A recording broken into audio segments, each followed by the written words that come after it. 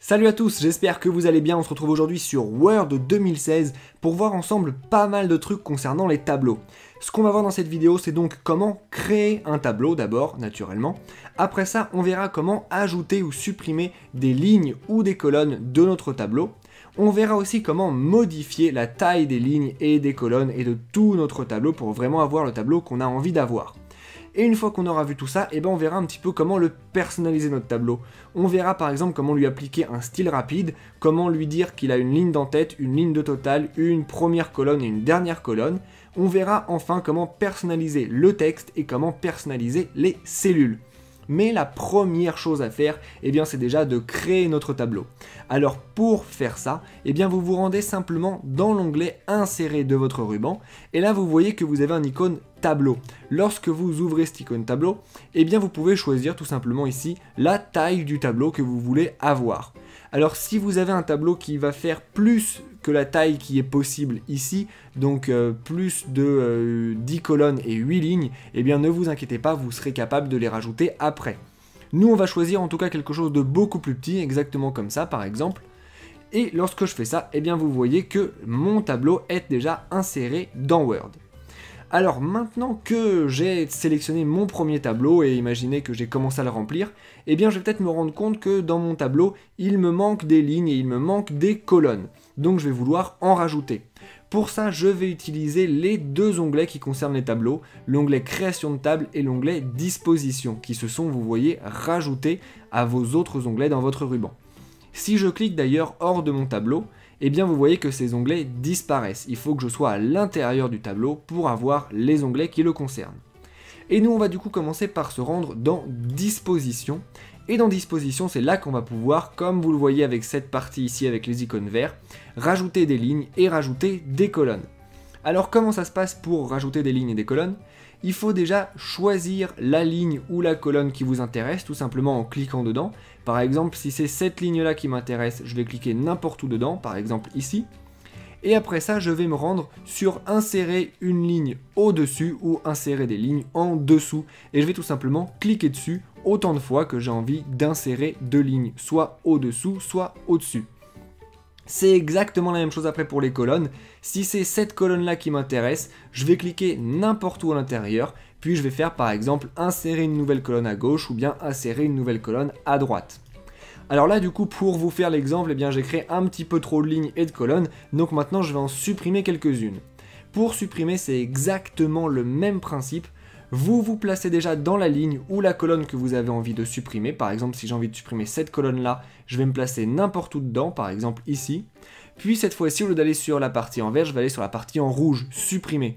J'ouvre le petit volet déroulant, et là, ça me demande ce que j'ai envie de supprimer. Moi, je vais dire que je veux supprimer la colonne. Je vais faire exactement pareil pour une ou deux lignes, je vais simplement me placer à l'intérieur comme ça, puis je vais faire supprimer les lignes, et à nouveau ici, supprimer les lignes. Alors j'ai fait ça, mais vous voyez que du coup, comme j'ai supprimé une colonne, mon tableau est beaucoup moins joli. Il est plus centré à l'intérieur de ma page.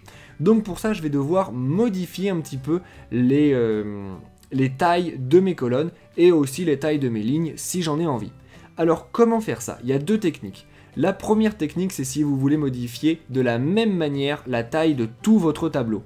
Pour ça, vous simplement sélectionnez tout votre tableau. Pour le sélectionner entièrement, vous allez simplement cliquer tout en haut à droite sur le petit icône de flèche qui est ici. Et une fois que vous l'avez sélectionné complètement, vous allez sur le petit icône carré qui est en bas à droite cette fois. Et lorsque vous sélectionnez cette icône, vous pouvez, comme vous le voyez, changer la taille complète de tout votre tableau. Donc là, c'est ce que je vais faire.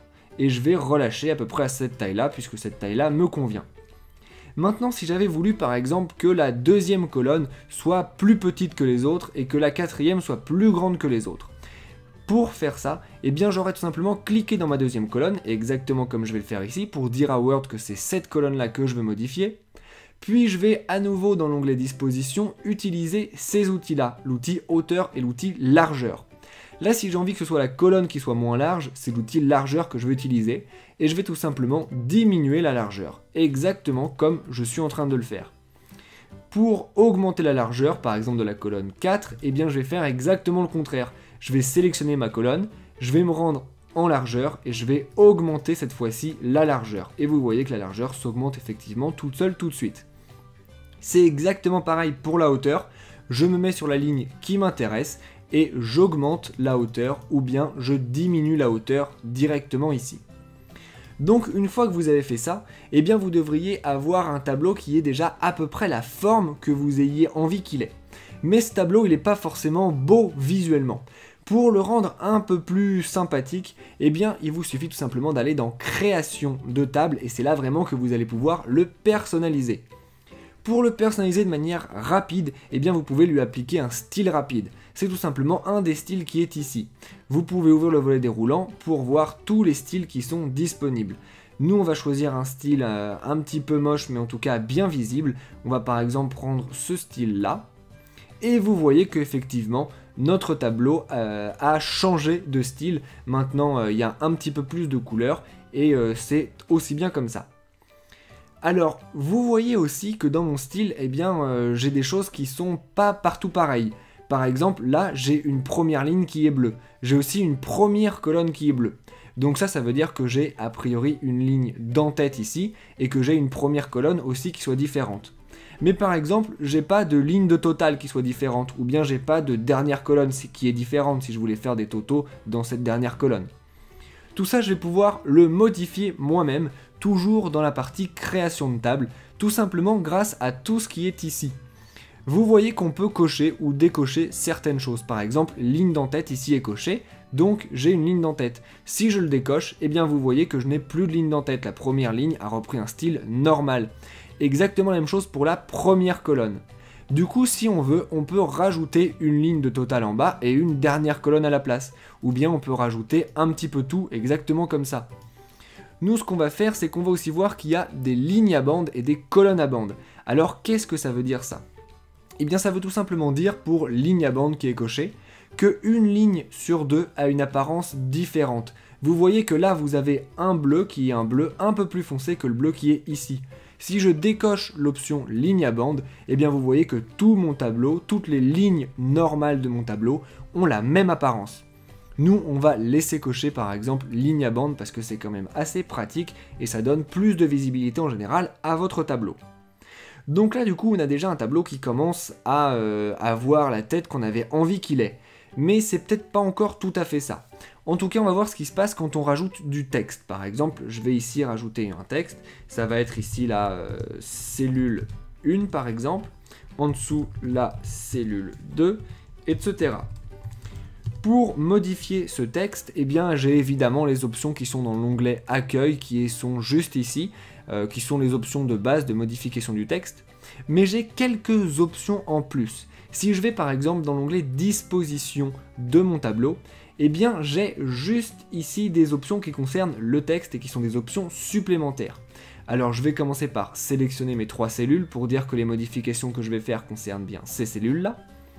Et après, je vais voir un petit peu ce qu'on peut faire. La première chose qu'on peut faire, c'est modifier la position du texte à l'intérieur de la cellule. Là, vous voyez que cette icône-là est cochée. Ça veut dire que mon texte est collé à gauche et en haut de la cellule.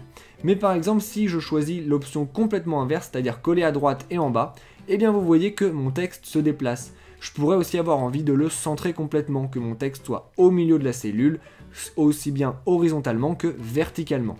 Là, je vais laisser par exemple cette option-là. Juste à côté, j'ai orientation du texte. Si je clique dessus, eh bien vous voyez que l'orientation de mon texte change complètement. Là, elle est mise sur le côté. Si je veux le mettre de l'autre côté, eh bien je continue à appuyer et vous voyez que ça se met de l'autre côté. Pour le remettre droit, je rappuie encore à nouveau et mon texte revient droit. Donc ça, c'était pour le texte, mais on peut également personnaliser la cellule en elle-même. Alors qu'est-ce que ça veut dire personnaliser une cellule? Eh bien ça veut tout simplement dire qu'on peut changer la couleur de la cellule. Là par exemple vous voyez qu'elle est bleue, mais on pourrait avoir envie de le changer. Et on peut aussi personnaliser les bords de la cellule, et ça avec tout le tableau. Donc nous, c'est ce qu'on va faire maintenant. Pour ça, on va aller dans l'onglet Création de table, juste ici. Et on va commencer par changer par exemple le fond de ces 4 cellules-là. Donc je les ai sélectionnées déjà, c'était la première chose à faire. Et après je me rends dans Trame de fond. J'ouvre le petit volet déroulant, et là c'est comme d'habitude, je choisis la couleur que j'ai envie d'utiliser. Là par exemple on va choisir quelque chose de vert pour que ça ressorte beaucoup. Et vous voyez que effectivement, maintenant mes cellules sont vertes. Vous voyez aussi qu'il y a des bordures qui sont blanches à l'intérieur de mes cellules. Alors je vais peut-être avoir envie de modifier un petit peu ces bordures. Les bordures, je peux beaucoup plus les modifier en choisissant déjà un style de bordure. Là, vous voyez qu'il y a différents styles qui sont préfaits, donc celui-là par exemple. Si j'ai pas envie d'utiliser un style préfet de bordure, je peux le personnaliser moi-même en choisissant déjà l'apparence de ma bordure. Donc par exemple, moi je vais prendre quelque chose de ondulé comme ça. Je vais aussi pouvoir personnaliser après ça la taille de ma bordure. Je vais pouvoir aussi personnaliser la couleur de ma bordure. Donc là, pour que ça ressorte bien, je vais prendre par exemple du orange, même si ça va pas être très très beau. Une fois que j'ai fait tout ça, eh bien vous voyez que j'ai un pinceau maintenant qui apparaît lorsque je suis dans mon tableau. Mon pinceau, il va me servir tout simplement à colorer les bordures que j'ai envie de colorer. Là maintenant j'ai dit que je voulais une bordure orange qui soit ondulée double de cette taille là. Et bah si je veux l'appliquer juste ici, je vais tout simplement cliquer ici. Et vous voyez que ma bordure s'applique. Si je veux l'appliquer sur toute cette ligne là, et bah je vais cliquer, je vais déplacer ma souris et vous voyez que ça va s'appliquer exactement comme j'en ai envie. Et du coup, eh bien, je dessine tout simplement moi-même les bordures que j'ai envie d'avoir avec les réglages que j'ai déjà faits. Une fois que j'ai terminé, eh bien, je clique tout simplement hors de mon tableau et lorsque je reviens dessus, eh bien, je peux à nouveau m'en servir de manière normale et ici tout simplement taper dedans si j'ai envie de taper du texte à l'intérieur. Vous avez donc vu dans cette vidéo pas mal de trucs sur les tableaux, on a fait le tour, ça y est, on sait donc comment créer un tableau, ajouter des lignes et des colonnes pour avoir vraiment le nombre de lignes et de colonnes qu'on a envie d'avoir, pour aussi supprimer des lignes et des colonnes, on peut le faire. On sait aussi comment modifier la taille de notre tableau, de chaque cellule, comment appliquer un style rapide, dire qu'il y a une en-tête, une première colonne, une ligne de total, même une dernière colonne. On a même vu comment alterner les couleurs sur un tableau pour que ce soit plus lisible. Et enfin, on a vu comment personnaliser à la fois du texte et à la fois les cellules.